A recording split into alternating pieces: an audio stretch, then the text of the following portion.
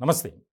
ఆంధ్రప్రదేశ్ రాజకీయాల్లో మరికొద్ది రోజుల్లోనే మరొక కీలకమైనటువంటి పరిణామం చోటు చేసుకోబోతుంది. అదేంటంటే దివంగత వైఎస్ వివేకానందరెడ్డి కుమార్తె సునీతారెడ్డి, అలాగే ఆమె భర్త రాజశేఖర్ రెడ్డి, ఇద్దరితో పాటు వివేక భార్య సౌభాగ్యమ్మ ఆవిడ కూడా ప్రత్యక్ష రాజకీయాల్లోకి రాబోతున్నారు అనేది ఇప్పుడు సంచలనమైనటువంటి వార్తగా ఎక్కువగా నడుస్తుంది. దీనికి సంబంధించి 15వ తేదీన ముహూర్తం ఖరారు చేసుకున్నట్లు కూడా మనకు సమాచారం అందుతుంది.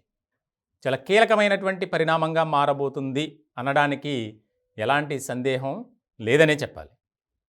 వాస్తవానికి ఈ నెల 15వ తేదీన వివేక వర్ధంతి సభ ఉంది, 5వది.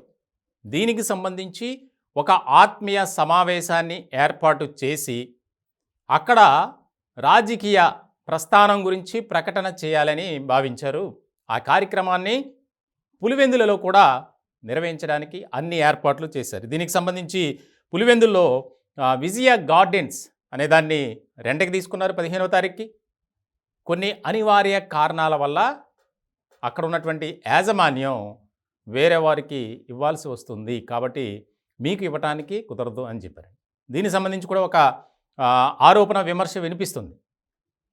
ముఖ్యంగా కొంతమంది వ్యక్తులు, జగన్మోహన్ రెడ్డి గారికి సంబంధించినటువంటి వ్యక్తులు ఆ విజయ గార్డెన్స్ ఎవరైతే యాజమాన్యం ఉందో వారిని బెదిరించడం వల్ల ఇచ్చినటువంటి అనుమతిని నిరాకరించారు అనేది ఎక్కువగా వినిపిస్తుంది. దీనికి సంబంధించి వారు అడ్వాన్స్ కూడా కొంత చెల్లించారు. అయితే పులివెందుల నుంచి ఈ కార్యక్రమం కాస్త కడపకు మారింది. సో చాలా కీలకమైనటువంటి అంశంగా ఇది రాయలసీమలో చర్చ జరుగుతుంది.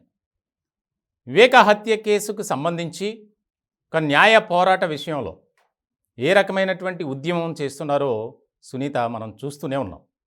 దీనికి సంబంధించి తాజాగా కూడా కొన్ని వివాదాస్పదమైనటువంటి సంచలనమైనటువంటి వ్యాఖ్యలు కూడా చేశారు సునీతారెడ్డి.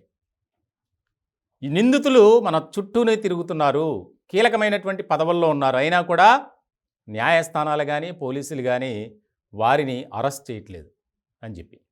సో ఇలాంటి సందర్భంలో మరొక ముఖ్యమైనటువంటి వ్యాఖ్య కూడా, వైఎస్ఆర్సీపీకి నా అన్న జగన్మోహన్ రెడ్డి గారికి ఓటు వేయొద్దు అని. ఇది రాజకీయ వర్గాల్లో తీవ్రమైనటువంటి చర్చనీయాంశమైంది. ఇలాంటి సందర్భంలో 15వ తారీఖున ఏం జరగబోతుంది, ముగ్గురు రాజకీయాల్లోకి రాబోతున్నారు అనేది ఎక్కువగా వినిపిస్తుంది.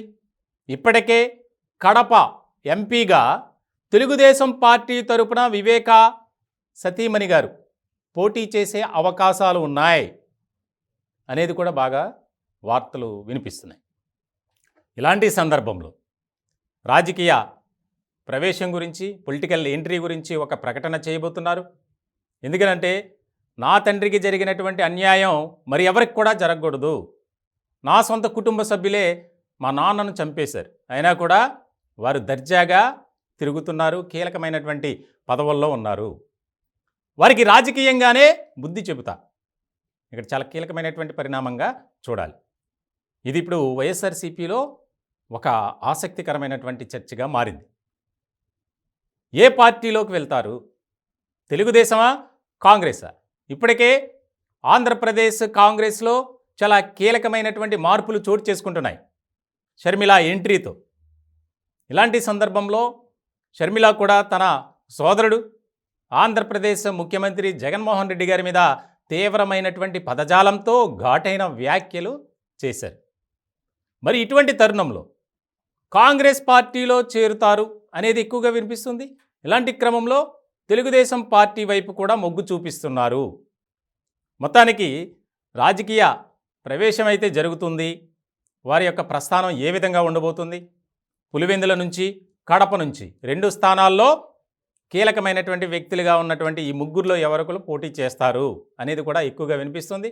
మొత్తానికి ఇంకా కొద్ది రోజుల్లోనే దీనికి తెరపడే అవకాశాలు కనిపిస్తున్నాయి. 15వ తారీఖున అయితే ఆయన వర్ధంతి సభను నిర్వహించుకొని రాజకీయం గురించి మాట్లాడుతూ ఆ వేదికనే రాజకీయ ప్రస్థానం గురించి అక్కడ ఒక కీలకమైనటువంటి ప్రకటన చేయాలి అనే దిశగా అడుగులు వేస్తున్నారు. ఇప్పటికే కొంతమంది కీలకమైనటువంటి వారి అనుచరులు, అలాగే వివేకాకు అభిమానులుగా ఉన్నటువంటి వారందరితో చర్చలు జరుపుతున్నారు. చాలా బిజీగా ఉన్నారు సునీతారెడ్డి. సో ఇలాంటి సందర్భంలో ఇటు కాంగ్రెసా అటు టీడీపీయా అనేది ఇక్కడ ముఖ్యమైనటువంటి అంశం. ఏదేమైనప్పటికీ ముఖ్యంగా ఆంధ్రప్రదేశ్ రాష్ట్ర ముఖ్యమంత్రి వైఎస్ జగన్మోహన్ రెడ్డి గారికి రాజకీయ ప్రత్యర్థులుగా మారబోతున్నాం అనేది ఒక సంకేతాన్ని ఇప్పటికే ఇచ్చారు. కానీ ఏ పార్టీ నుంచి పోటీ చేస్తారనేది ఇప్పటికే ఒక క్లారిటీ రాలేదు. కానీ మొత్తానికైతే ఈ ముగ్గురు, సునీత, అలాగే తన భర్త రాజశేఖర్ రెడ్డి, సునీత తల్లి అంటే వైఎస్ వివేకానందరెడ్డి సతీమణి సౌభాగ్యమ్మ, ఆవిడ కూడా రాజకీయాల్లోకి వచ్చే అవకాశాలు స్పష్టంగా కనిపిస్తున్నాయి.